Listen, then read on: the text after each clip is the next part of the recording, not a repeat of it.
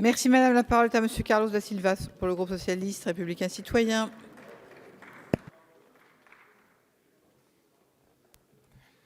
Madame la présidente, monsieur le ministre, monsieur le rapporteur président, mes chers collègues, dans cet hémicycle et sur certains plateaux de télévision, nous avons entendu parfois que la prorogation de l'état d'urgence pourrait instaurer un régime d'exception menaçant tout à la fois nos libertés individuelles, le droit à la vie privée et familiale, le droit d'aller et venir, les libertés d'expression et de manifestation, et que cette prorogation nous exposerait à l'arbitraire des forces de sécurité.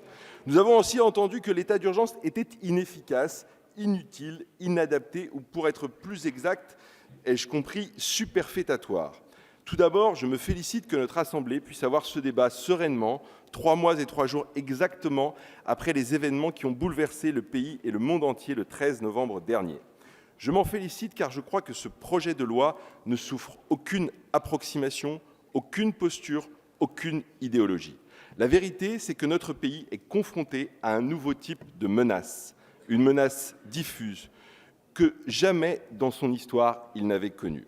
Et si nous devons continuer de vivre, sortir, penser et aimer comme avant, nous ne pouvons pas faire comme si rien n'avait changé.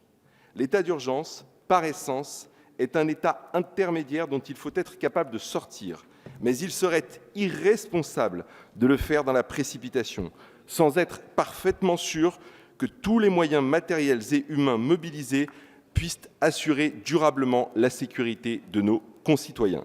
C'est tout le sens des nombreux renforcements de nos moyens de protection adoptés dès 2012 et qui vont être prolongés par le projet de loi renforçant la lutte contre le crime organisé et son financement, l'efficacité et les garanties de la procédure pénale. Comme l'ont rappelé le ministre de l'Intérieur et Pascal Peuplin dans son rapport, ce n'est pas la menace terroriste qui fait l'état d'urgence, c'est le péril constamment imminent.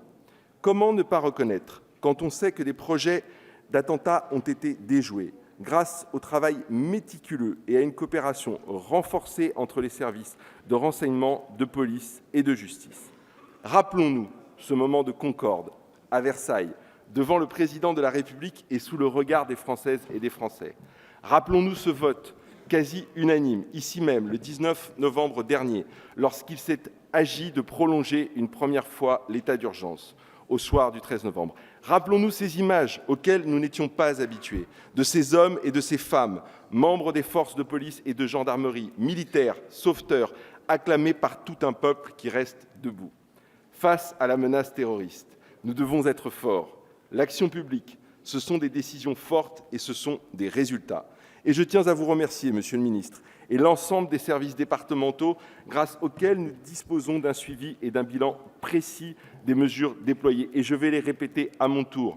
3 340 perquisitions administratives réalisées, 395 interpellations entraînant 344 gardes à vue conduisant à 67 condamnations, 580 armes neutralisées, parmi lesquelles 42 armes de guerre.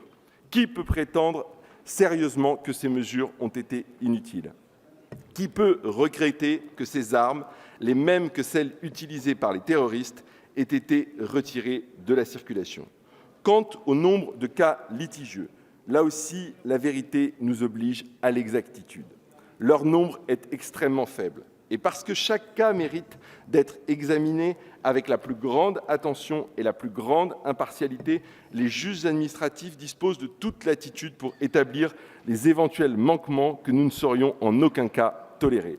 En mars, la commission des lois rendra un rapport d'étape sur le suivi de l'état d'urgence, un travail nécessaire initié par Jean-Jacques Urvoas, exigeant, intransigeant, viscéralement attaché à la justice et à la liberté, comme l'est Dominique Raimbourg, qui assure un contrôle effectif, permanent et librement consultable de l'action du gouvernement.